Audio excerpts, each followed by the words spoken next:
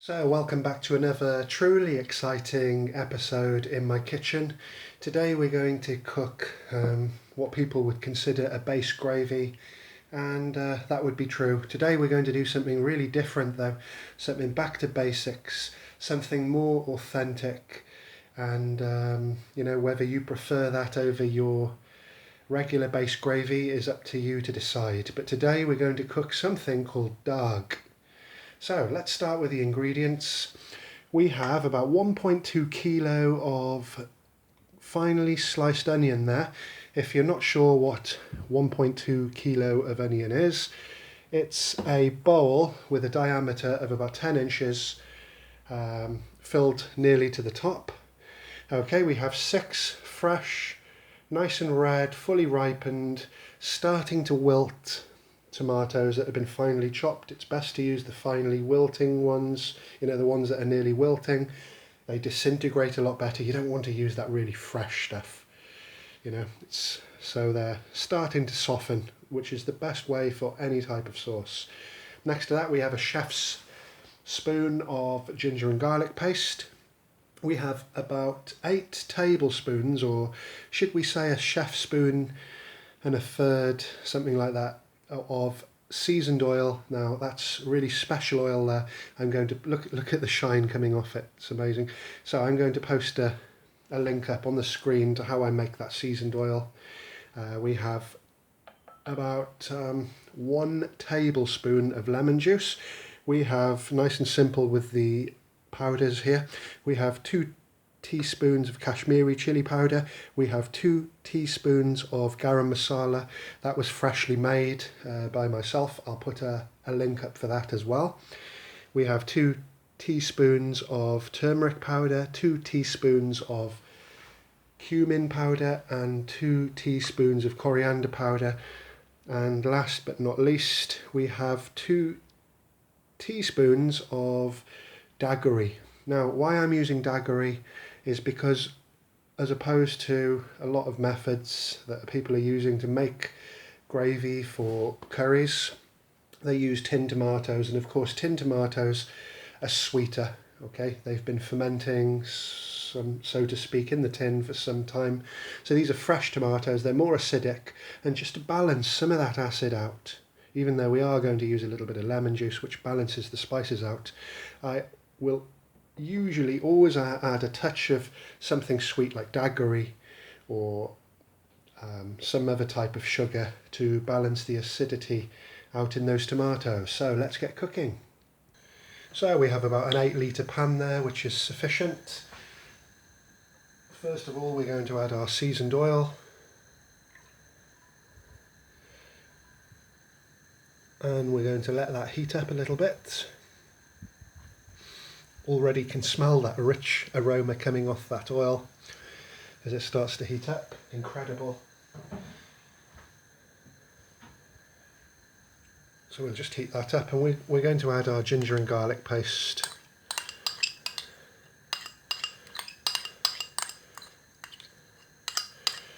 So we let that come to a good temperature and we'll come back. So that ginger and garlic paste is sizzling nicely. Why I added it first, because it doesn't have any ingredients. That's going to be as hot as it's going to get.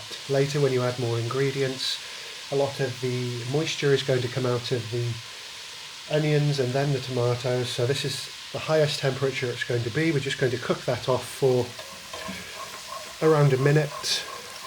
And I will also post my recipe for ginger and garlic paste up, as simple as it may be. I'll just show you how you get it really, really smooth. Okay, so we're just going to sizzle that off. That should be almost enough. Next, we're going to add our onions. And it's good to cut the onions up nice and finely so they begin to melt or partially disintegrate a lot quicker. Oh, there's one piece I haven't cut. That will return to the chopping board and we'll add that later. So I'm going to put that on a high heat now, and I'm going to reduce those onions down. It's going to take some time. I should imagine anything between like 10 to 20 minutes. I never like to time anything. I always do things by eye. It's a proper process, there's no need to rush this, but we will come back when those onions are boiled down. And what I did forget to mention is that I'm going to use 2 teaspoons of salt. I didn't mention that in the ingredients. Why I use the salt at this stage, it helps the onions break down. Obviously salt draws water, moisture out of things, so I'm going to give that a good stir. And I'm just going to leave that now for as long as it takes, and we'll come back to it. I'll give a time when we come back. So those onions are starting to turn brown. That actually took around 25 minutes. I didn't need to add any water. All the moisture left the onions, so they didn't stick to the bottom or anything. It was just starting to brown at the bottom actually, but they're just how I want them. See, it's nice to cut your onions up uniformed. Unlike me today, some of them are a little bit bigger, so you cut them up all the same size and they brown at the same size at the same time. It's not a big problem. So next, let's add our spices. So in goes the daggery, which is basically unrefined Indian sugar, and the chili powder, and the turmeric, coriander and cumin. Let's give that a stir. So all those raw flavours are definitely out of the onions now. So let's just give that a stir. Let's put it on a high heat for a moment. There's plenty of moisture there, so there's no fear of anything burning. Starting to smell pretty good. So this recipe is really base gravy. The more popular recipes online, it's stripped bare, back to its bare essentials. You know, for the principle of oil and onions providing the main texture and flavour for a curry.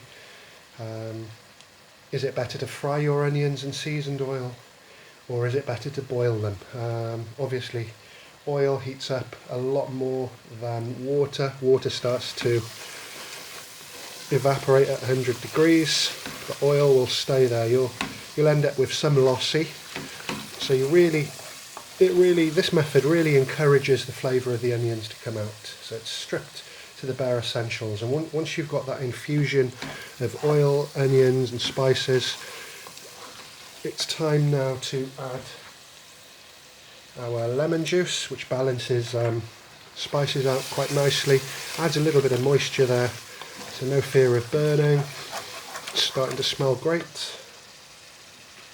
And let's now add our tomatoes. Give them a good stir. So plenty of moisture added now, and just like we did with the onions, we're going to cook that until the tomatoes basically disintegrate. So we'll come back to that. I'll give a timing when we come back. So about 8 minutes later, I've made sure to check it regularly and give it a good stir. The oil is starting to split, which is a really good sign. What I'm going to do now is add about a pint of water. Or just under a pint, that's about right. And give that a stir. As you can see, some of the oil's floated to the top, which is a really good sign. And I'm going to boil that now until that oil starts to really come to the surface, and we'll come back to that whenever that happens. So, back we are. Those tomatoes have been boiling along with the other ingredients now for about another 25 minutes again, on quite a vigorous heat because there was plenty of moisture in the tomatoes. There was no fear of everything burning. Best to check every couple of minutes though. So yeah, that was on a rigorous heat for about 20 minutes. What I do now to split the oil is to turn it down on a low simmer, such as you can see now, for about 5 to 10 minutes. Let that oil reach the surface, basically split the oil, and yeah, I'm really happy with that. It smells incredible. Can't wait to cook something with it. That'll be in one of my next videos, and I'm going to blend that now and we'll come back to that. So there we have it. I've just blended that, And yeah, I did mention I had a really cheap hand blender in one of my previous base gravy videos.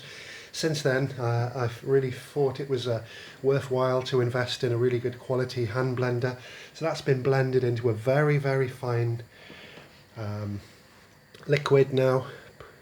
And I'm going to bring that back to the boil again now. So basically what we have is base gravy, back to basics, capturing nothing but the essential ingredients. All the elements are there from any other base gravy, but it's stripped down to the bare essentials. And what's great about this dish is when you use it for your boonas, your jalfrezis, your vindaloo, your madras, whatever, it takes on all the other flavours that you're going to add later. So it's really neutral and universal. There's no coriander, there's no peppers, there's no anything, just back to basics. Good old, really recommend this recipe. So we're just going to bring that to the boil now, and we're going to turn it down after about maybe 10-20 minutes and split the oil once again, and then we're ready to put it into takeaway containers that are going to go in the freezer. Okay, so we'll come back to that shortly. Make sure you don't burn it at this stage. Do keep an eye on it, put it on a minimal heat. Make sure the bottom's not catching to the bottom of the pan. Give it a scrape every now and then, and we're just going to boil that down now for 15-20 minutes.